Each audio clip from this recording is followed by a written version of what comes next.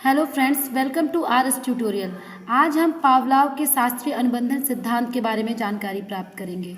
इसको इंग्लिश में classical conditioning theory of पावलाव बोलते हैं। एग्जाम में इसको अन्य भी कई नामों से पूछा जा सकता है, जैसे कि प्राचीन सिद्धांत, अनुकूलित अनुक्रिया सिद्धांत, अनानुबंधित सिद्धांत। पावलाव रूस के एक शारीरिक वैज्ञानिक थे। इन्होंने अपना कार्य जो है डाइजेशन के ऊपर किया था और इसके लिए इनको 1904 ईस्वी में नोबेल पुरस्कार दिया गया था। पावलाव का प्रयोग बताने से पहले मैं आपको एक बहुत ही इंटरेस्टिंग एग्जाम्पल से जोड़ना चाहूँगी। मेरी दो फ्रेंड्स हैं, शीलू और श्री। उन लोग को मिठाई देखते ही मुंह में लार आना शुरू हो जाता है। अब इसमें हंसने की बात नहीं है। अब वो मिठाई देखते ही उनके लार आना शुरू हो जाता है, तो मिठाई उन लोगों के लिए यहाँ पे एक स्वाभाविक उद्दीपन का कार्य कर रहा है, और जो उनके मुंह में लार आना शुरू हो गई है वो उनके लिए स्वाभाविक अनुक्रिया हो गई है। तो इस प्रकार पावलाव ने कुत्ते पर जब प्रयोग करना शुरू किया तो उन्होंने एक घंटी बजा करके कुत्ते को भोजन देना शुरू किया।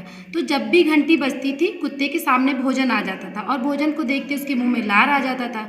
फिर बार बार ऐसा होता रहा, घंटी बजाने पर खाना दिया जाता था, घंटी बजाने पर खाना दिया जाता था। फिर एक टाइम ऐसा आया कि घंटी बजाते ही उस कुत्ते के मुंह में लार आना शुरू हो गया। तो इस प्रकार हम देख सकते हैं कि जो हम उसको घंटी बजा के खाना दे रहे थे, यहाँ घंटी एक तटस्थ उद्दीपन का कार्य कर रही है, अर्थात कि कंडीशन स्टिमुलस का काम कर रही है। तो हमारा जो घंटी बजा कर के दे रहे हैं भोजन, उससे उसको पता चल गया कि अब हमें भोजन मिलने वाला है, और भोजन देखने के पहले ही उसके मुंह में लार आना शुरू हो गया। तो इस प्रकार जो उसने तटस्थ उद्दीपन के साथ अपना एक संबंध स्थापित किया, इसको हम साहचर्य या फिर एसोसिएशन बोलते हैं, जिसको हम अनुबंधन कहते हैं। इसीलिए पावलाव के इस अध्ययन को शास्त्रीय अनुबंधन का सिद्धांत कहा जाता है। पावलाव के इस प्रयोग के समर्थन में वाटसन और उनकी पत्नी रेनर ने अल्बर्ट नाम के एक मानव शिशु पर प्रयोग किया। उन्होंने वो मानव शिशु के सामने एक चूहा रखा। तो पहले बच्चा उस चूहे के साथ खेलता था, लेकिन वो जब खेलता था तो अचानक से उसके सामने डरावनी आवाज़ ला दी जाती थी। तो ऐसे 4-5 बार करने के बाद बच्चा उस चूहे से बहुत डर गया। एक ऐसा सिचुएशन आया कि बच्चे के सामने कोई भी साउंड, कोई भी वो जब भी देख लेता था सफ़ेद वस्तु, कोई भी चूहे से मिलती जुलती कोई भी वस्तु, तो वो उस चीज़ से डर जाता था। इस प्रकार यहाँ पे ये सिद्ध हुआ कि जिस प्रकार पशु में अनुबंधन होता है, उसी प्रकार मानव में भी अनुबंधन होता है। मानव भी अनुबंधन द्वारा सीखते हैं। तो जो पावलाव और वाटसन के इस अनुबंधन का सिद्धांत है, इससे हमारे शिक्षा में भी हमें बहुत महत्व मिलता है। इससे हमारे छात्रों के अंदर अच्छी आदतों का निर्माण होता है, बुरी आदतों से छुटकारा मिलता है।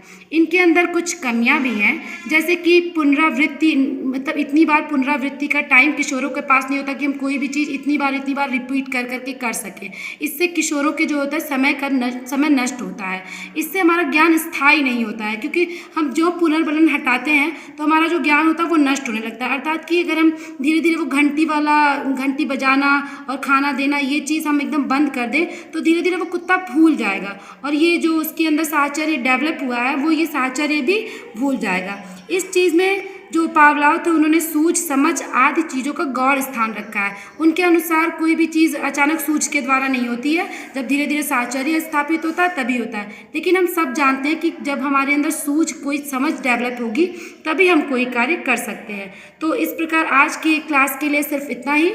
इस वीडियो को ज़्यादा से ज़्यादा शेयर करें, लाइक करें। Thank you.